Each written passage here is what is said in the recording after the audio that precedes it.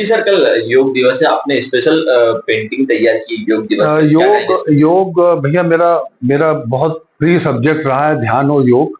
मैंने एक पेंटिंग बनाया है इधर सिद्ध योग पे, जिसमें देखिए योग तो दो प्रकार का होता है, एक शरीर को स्वस्थ रखने के लिए और एक मन को और बुद्धि को, इन चीजों के लिए, शुद्धता के लिए हम ध्यान करते हैं, योग करते हैं, मेडिटेशन करते हैं।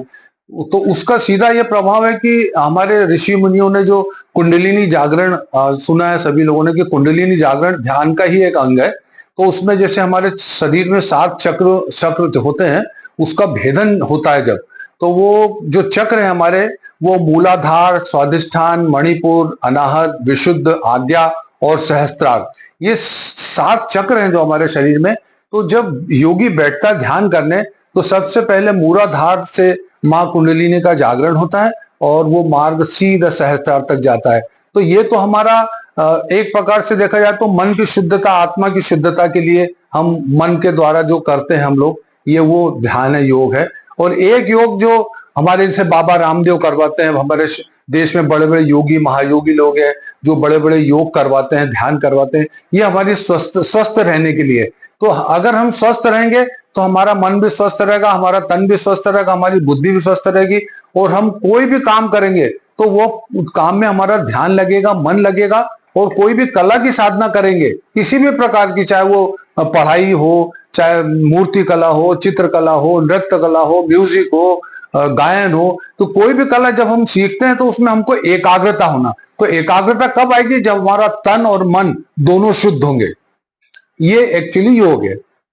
जी सर, ये पेंटिंग बनाई गई है, क्या दिखा रही है ये पेंटिंग, जरा बताएं। मैंने पेंटिंग में कोशिश की है बनाने की, जो चक्र का भेदन होता है जब, तो चक्र का भेदन के बाद में जो लास्ट के 3 चक्र रहते हैं, तो उसमें कैसे कुंडलिनी जागरण होता है। एक योगिनी ध्यान कर रही है, तो वो इतना ज्यादा होता है कि वो इस लोक परलोक से उसका कोई माध्यम नहीं रहता है कि उससे हमको जोड़ के बना रहे हैं। ये तो सीधे एक धारा चलती है बस, जिसको हम कहते हैं ध्यान। ध्यान में आदमी को, साधक को कुछ दिखता नहीं है, सिर्फ ध्यान में उसको सिर्फ एक प्रकाश दिखता है। हमारे ध्यान के विषय में बताया गया कि नील बिंदु के दर्शन होते हैं, रक्त ज्योति के दर्शन होते हैं।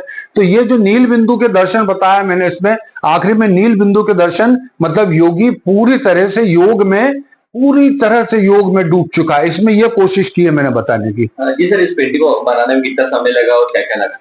ये पेंटिंग मैंने कैनवास पे बनाया है, 3x3 का कैनवास है मेरा, ऑयल पेंट में बनाया है मैंने।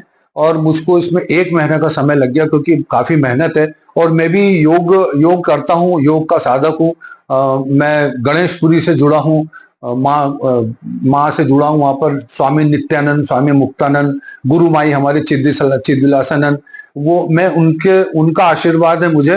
तो मैं इस मार्ग पर 20-25 साल से लगा हूँ, तब मुझे ये सब कल्पनाएं और ध्यान में आती है। अपना परिचय दे दे। मैं बैजनाथ सराफ वशिष्ठ पिछले 38-40 साल से कला साधना बच्चों को सिखा रहा हूँ। और जब तक मेरा शरीर स्वस्थ है, जब तक मैं कर सकता हूँ, बच्चों को पेंटिंग सिखाते रहूंगा।